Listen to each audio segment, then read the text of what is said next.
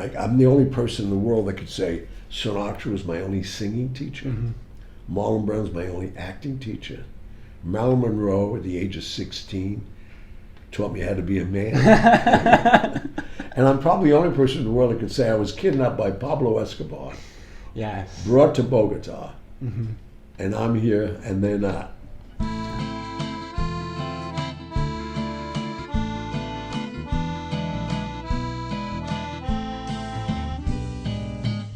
Hello everybody, welcome to this is episode 3 of the Wooden Spoon podcast, The Sit Down, and we are joined by Gianni Russo, and you guys probably know him as Carlo from the Godfather movie, among many, many, many other things I'm sure we'll get into. Thank you so much for having me. We're actually in Gianni's home right now in the Upper East Side. Yep, don't give the address though. No. Yeah, the Upper East Side, which is interesting about this place. I first came here when I was 12 years old. Wow. And it was a horse room for Frank Costello. Okay. And then I became a messenger for him through the years. And then I've been here ever since, which is now going on 65 years. So I won't leave it. Yeah. But I mean, it's so... well, the dining room's at 16. Got an 8-stool bar. That's beautiful here. I can't thank you enough for having me. Oh, no, please. For having me. Excuse me. So, if you talk about like living life and someone who's seen it all, done it all, you're definitely at the very top of that list. So. Just because I'm old. I know, but just being in like a movie like The Godfather, actually you're instrumental in helping that movie get made, which is incredible. Because like I think a question I wanted to ask you was, what would have happened if The Godfather never was made? Because you were so instrumental in making it. It's like The Godfather, so much has happened after The Godfather, not only in like films about like Italians or the mafia or anything like that, but just filmmaking in general. Oh no, I mean, to me, first of all, it was my ego. I was 25 years of age and I had someone read me the book. Cause basically I still am very illiterate as far as schooling. I never went to like 6th, 7th grade and that was it.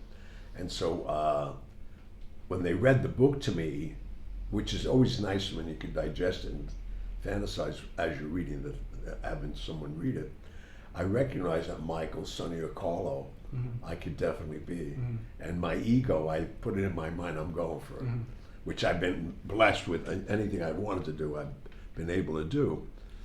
And then as they were developing the film, Joe Colombo of the Colombo family, one of the 5 families in New York, he started picking the FBI building and Anti-Defamation League. I know. I remember. I've watched so many documentaries. He was very, very huge in being anti-defamation of Italian Americans. And with me, as being around the mob as long as I have been all my life, it always gets down to money. And I knew what he was doing to promote. He was selling like $1 a button for lapel buttons, $1, and to finance it. So when he started picketing everything, I figured, you know what? I was on the West Coast. I said, let me fly to New York and see him. So I set up a meeting. I go see him on Madison Avenue. And I'm giving you the short version. Yeah. But I said, Joe, I understand what you're doing. I said, but there's an easier way to do it, and you can make a lot of money. And in the eyes of the Italian Americans, you'll be a hero. He said, how could I do this? I said, well, first of all, you're selling $1 a button. You're going to have to sell a lot of buttons.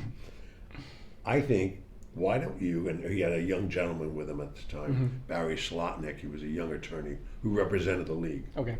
And so I said, have Barry go through the book. And what you don't like, let's take a meeting with Paramount. And if they agree not to put it into the movie, let them shoot the movie. Because they needed the cooperation of the Italian Americans in New York. And they needed him to slow down. So, and I said, you can make a lot of money, which I knew. He said, how am I going to do that? I said, well, if they make the movie and you allow them to make the movie and everybody cooperates with the locations, the unions and everything, I'll get you the world premiere in every city. Wow. He said, you could do that? I said, I don't know that. You got to give me permission to go negotiate. And it's funny because the Gulf American building, it was right out, Gulf and Western rather. Gulf and Western just bought Paramount. and it's in what now is called Trump Tower, right on Colombo Circle, 2 blocks away. So I walked right up from Madison, set up the meeting, and I wanted to really dramatize it. So we set it for the next day, and I went back to see Joe. I said, Joe, they agreed to the meeting. I said, you got to bring everybody. Fatty Anthony, and he had the original cast of The Godfather in his club, and I wanted to terrorize them. Yeah. Because we met with Bobby Evans, Stanley Jaffe, all the movers and shakers at Paramount. So we get there and we agree on everything, and they agreed to let Barry go through it, and whatever changes, they'll take it out. And basically, they didn't want the word guinea. They didn't Wasn't it like the word mafia too was never mentioned? No, mafia was not in it, and until he died, because when they tried to assassinate him, the following June, ironically, they tried to assassinate him in 1971. This is 1970. I'm doing this, so we're well into the film now, shooting it. And we were just about to shoot me beating up my wife in the apartment. So we're doing the scene, and if the Godfather aficionados will know, I said, now clean it up, you guinea brat. Yeah. And Francis Coppola said, no, we can't use guinea. I said, no, he's dead, don't worry about it.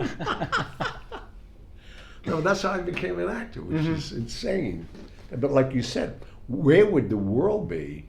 Because I travel the world all over. Where would the world be if we didn't have The Godfather? It's such a great reference piece. And so in my life is totally changed from that alone. I mean, I was doing really well financially, but I love challenges and ego. My ego, I want to keep doing, like I'm still doing now. Yep. I'll be 77 in December. It's like, and I have 4 major projects right now. Wow. Did you want to announce any of the ones coming up, or? Oh yeah, well the book itself, if they haven't seen the book, it's called Hollywood Godfather, My Life in the Movie and the Mob. That's my memoirs. You can get it on Barnes & Noble. We'll have links to everything. Anywhere, yeah. And now I've started because of the book, there was so much interest, I started a podcast. I just posted my 39th hour. Wow. And now I have an offer from WABC Radio, who my friend just bought at John Catsimatidis. Wow. They want to simulcast it. That's so cool. And then, as luck goes, Nick Vallelongo, who won the Oscar last year for Green Book, he and Colin Wilson of Avatar fame, and Colin just recut Star Wars that comes out November 12th on Disney streaming, and he just finished that. So he's my executive producer, and that's happening. And then I was approached by my good friend Tom Cantone, who's the entertainment director for all the Mohegan Sun casinos, 8 of them. He wants me to do a one-man show, which I'll start doing right away, actually. I'll be at Fallsview. Yeah, Fallsview in, I think that's Niagara Falls, Ontario. Yeah, March 7th. I'll be there. Okay, well, we'll be there too. No, please. Yes. Oh yeah, come with the crew. Yeah, for sure. Yeah. No, but so I'm doing this. But what I like about this, and we mentioned earlier, my good friend Charles Palmonterri. So many people have done it, but my life branched so many different things. So you're going to see the inauguration of the Kennedys. Most people have never seen it. It's 56 years ago. Wow. And that's in it. And Sinatra produced that. I was there as a kid. I was in my teens. But all of those references and having, I'm the only person in the world that could say Sinatra was my only singing teacher. Marlon Brando's my only acting teacher. Marilyn Monroe at the age of 16 taught me how to be a man. And I'm probably the only person in the world that could say I was kidnapped by Pablo Escobar. Yes. Brought to Bogota. And I'm here, and they're not. And did you actually like sat down and talked to Pablo Escobar? Well, he actually rescued me. I was captured by his people. What happened, I had a club in Las Vegas called Gianni Russo State Street, which was a legendary club because everybody hung out. And that's where our mutual friend Robert Nash, he said he worked there too. Yeah, he used to come and try to, he was an impersonator of De Niro. Yeah, he did. Then he said he did magic and stuff like that. Oh, he did everything. So with all that said, I mean, this guy coming to my club, I didn't know who he was. Caesar's Palace sent him. I had a lot of house accounts. And I loved the guy for the first 15, 20 minutes because he opened his check with a bottle of Louis XIII, a bottle of Cristal, Beluga caviar. He's giving everybody $100 bills. And we had a lot of people like that. But then he got stupid and he stabbed his girlfriend with the Cristal bottle. And I got involved with it. And I stepped in and protected her. And I wound up killing him. I didn't know he was the underboss to Pablo Escobar. So rather than wait, I flew there. Oh, wow. You flew right to Colombia. Well, but you know what? There were Marielitos. And Marielitos will have, because they had avenged his brother's death, so his brothers would kill my pets, my children, everything first. They want you to suffer. So rather than, once I found that out, I got John Gotti to arrange for me to go. Wow. And I went over there, not realizing how nuts these people really were. But Pablo Escobar saved my life. And I was like 2 or 3 days already tortured. They slit my throat, my chin, all that. And I'm in a daze sitting in a sitting position as I am now. And I noticed there's a guy standing in front of me, well dressed, not in fatigues. And he had a book in his hand called The Making of the Godfather. Wow. And he said to me, "Why didn't you tell me you were Carlo and the Godfather?" And he tells them, clean him up and bring him up to the house. And the next 24 hours I'm with him, and he saved my life. But I mean, there's so much in this book, and it's my biography. So it's 75 years of my life, untold stories, and about the popes, 3 different popes I've known, 6 presidents. It's incredible. Now, is there any talk of a possible movie in the future? Well, yeah, they want to do that too. But what's happening now is we're all witnessing, even myself, they want to do, that's what Nick Vallelongo's doing. He's doing 10 1 hours. Oh, okay. Because it's too much. You can't get this in my life. Yeah, that'd be something I think would be great on something like Netflix or another streaming service. Well, now the good news again, my luck is Disney starts streaming this month. Apple streaming this month. Netflix needs continuity now because everybody's taking all their libraries back. So I'm in a bidding war with 3 of the top people right now. Wow. But it's fun. It's fun for my kids, I have many kids. Yes, you're an absolute family man. Not really. No? I have a lot of kids. I have 2 daughters, 9 sons, 9 grandsons. Wow. And they're still making babies, fortunately. No, but what's so unique about my life, I had 10 mothers for my kids. Because I blame it on my boat. And I was just, that guy. And one of the reasons for writing the book, actually, I tell my children in the book, because most of them, they don't even talk to me, but I tell them this is why Daddy wasn't home. That's in the last paragraph. I love it. That's funny. Yeah. So, out of all these people that you've met throughout your whole life, who do you think surprised you the most with their personality or something that caught you off guard almost? Well, I have to say Brando. Brando. Because when we got I never acted before, so I got a call sheet. I actually had this apartment, but I moved into the Park Lane Hotel because all the movie stars were staying there. I wanted to get up every morning and have people, take your picture. Yeah. The movie was a phenomenal. They were paying it 24 hours a day for months, 7 days a week. It was crazy. So I wanted to absorb all of that, and I did. But we got a call sheet, and it said, we're going to have a rehearsal up on 119th Street at Patsy's Restaurant. Now, I knew that. It's a Genovese family. I knew everybody up there. I used to bring overnight loans up, 1,000, 2,000 for the Zig and Head games. So I felt comfortable about that because I never met all these people. And not even the young actors. I was looking at Sterling Hayden's and Richard Conte's, John Morley, Marlon Brando. I mean, these are established actors.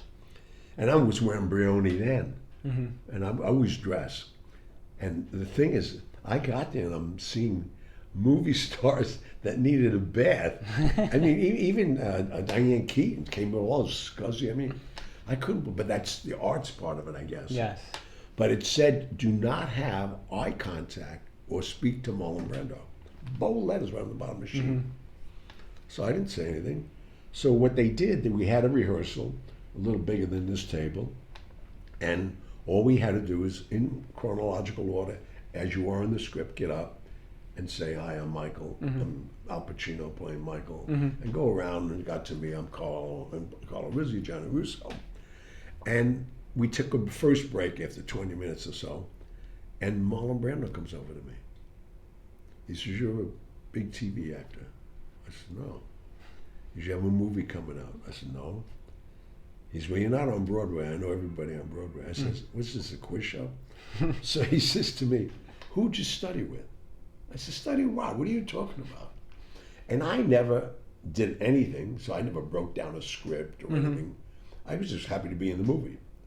So he calls Coppola over, and he says, Francis, this guy's playing my son-in-law. He undermines my family. He gets my son, Sonny, killed.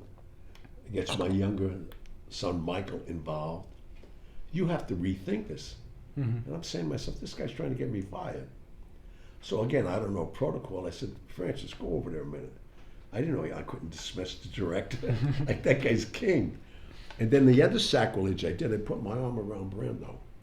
And I walked him out of the room when the Zinganet came in the back. I knew during the night, nobody's there now. And I didn't want to embarrass him and let anybody hear what I was going to say to him.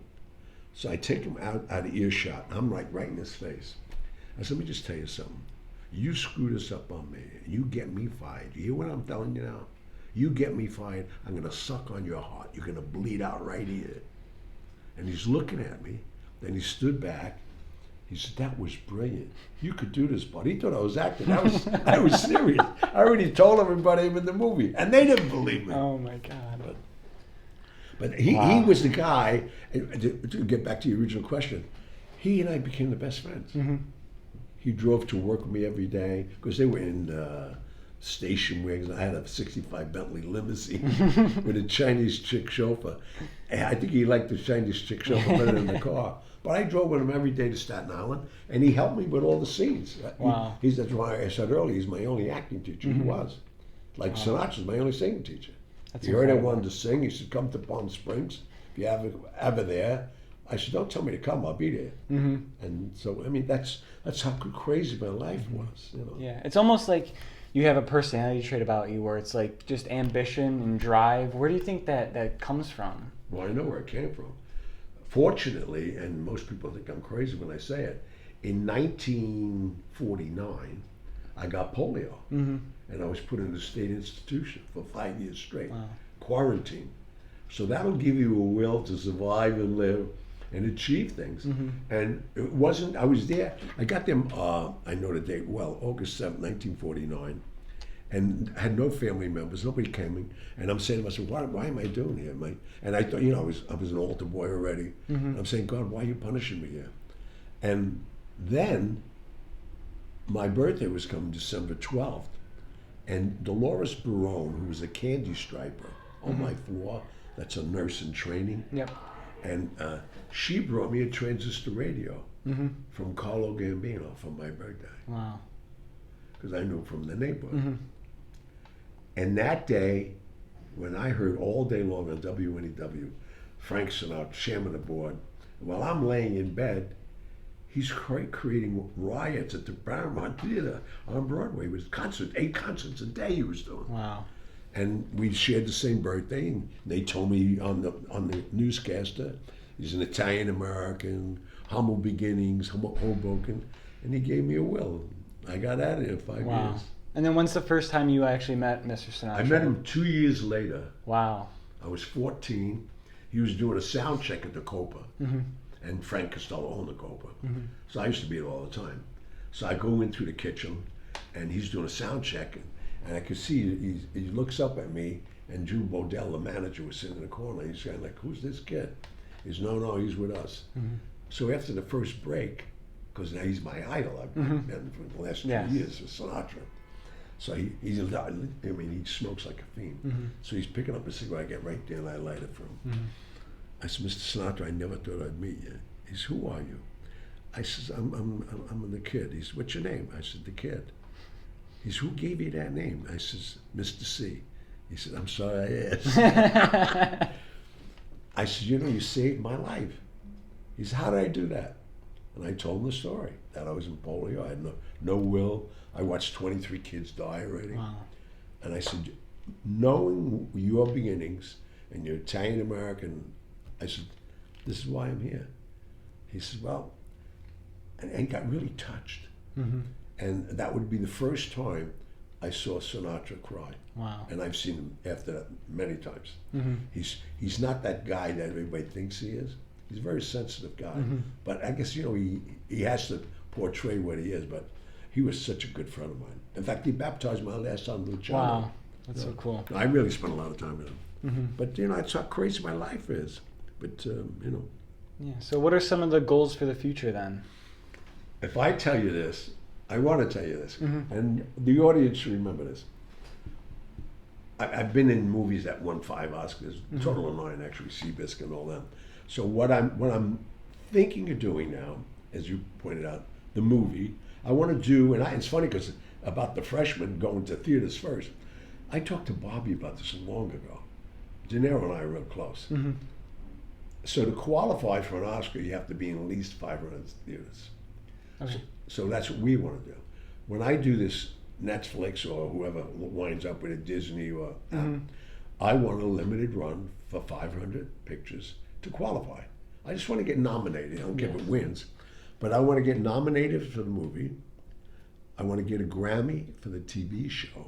Mm-hmm. I'm going to Broadway with it, so that get me a Tony, mm-hmm. and that'll be a Rob. That's awesome. That's my goal. Mm-hmm. I have nothing to do the next couple of years, so that's what I'm doing. Yeah, did you ever think of maybe like getting into directing or anything like that? No. A director is on the set, first on, first off. Mm-hmm. That's too much work. Too much work. I don't know. I'm blessed. I never had a job where I had to go every day and do something like that. But I don't have that kind of. They offered me a Broadway play. I forgot who. A big producer. Guys and Dolls. Okay. And I went just out of curiosity. And then in the meeting they said, we do 8 shows a week. I said, what? They said, we do a matinee on Wednesday and a matinee on Saturday and 6 shows. I said, you're talking about 8 shows I got to do a week? I said, no, not me. And they said, well, your pay's this. I said, thank God I don't need any money. I could never work 8 hours. 8 shows a week. That's a lot of work. See, that's why I like the one-man show, though. Mm-hmm. It's 75 minutes. I've written it already. Mm-hmm. I wrote the whole thing. And what I did chronologically going through my life, you're going to see everything. I mean, you're going to see the inauguration. You're going to see the assassination. You're going to see different popes. I was in Rome for about 120 days straight. I went to one pope's funeral. I went to the inaugural of the next one. Then that pope got poisoned. 30 days, I went to his funeral. Then it was like that's when I met Pope John Paul. Wow. And became friends with him, which is even better. And now he's a saint. Mm-hmm. Even my grandkids say, Papa, you're the only guy that really knows a saint, which is true. It sounds like a Disney fairy tale, but to me, you got to have a goal in life. Mm-hmm. And I always say to my kids, like you, when you call me, why wouldn't I talk to you? Mm-hmm. You're a young, aspiring person. You have a dream. Everybody helped me with my dream.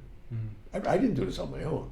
I had help on every facet of the stuff. Wow. Unless I wouldn't have made it. Mm-hmm. That's, to me, you got to give back. Absolutely. Absolutely. Well, I appreciate you having me over. I like to keep these a little short, just for viewership. Yeah. I can't thank you enough for being on the podcast. I wish you so much success. I'm very excited to see you on March 7th at Falls View. Oh, please come on. Yep. Yeah. Definitely listen to the Hollywood Godfather podcast, buy the Hollywood Godfather book, follow Gianni on all social medias, right? Oh, yeah. Everything. We'll have links in the description. Thank you so much. I appreciate it so much. Good luck to you. Thank you. Please.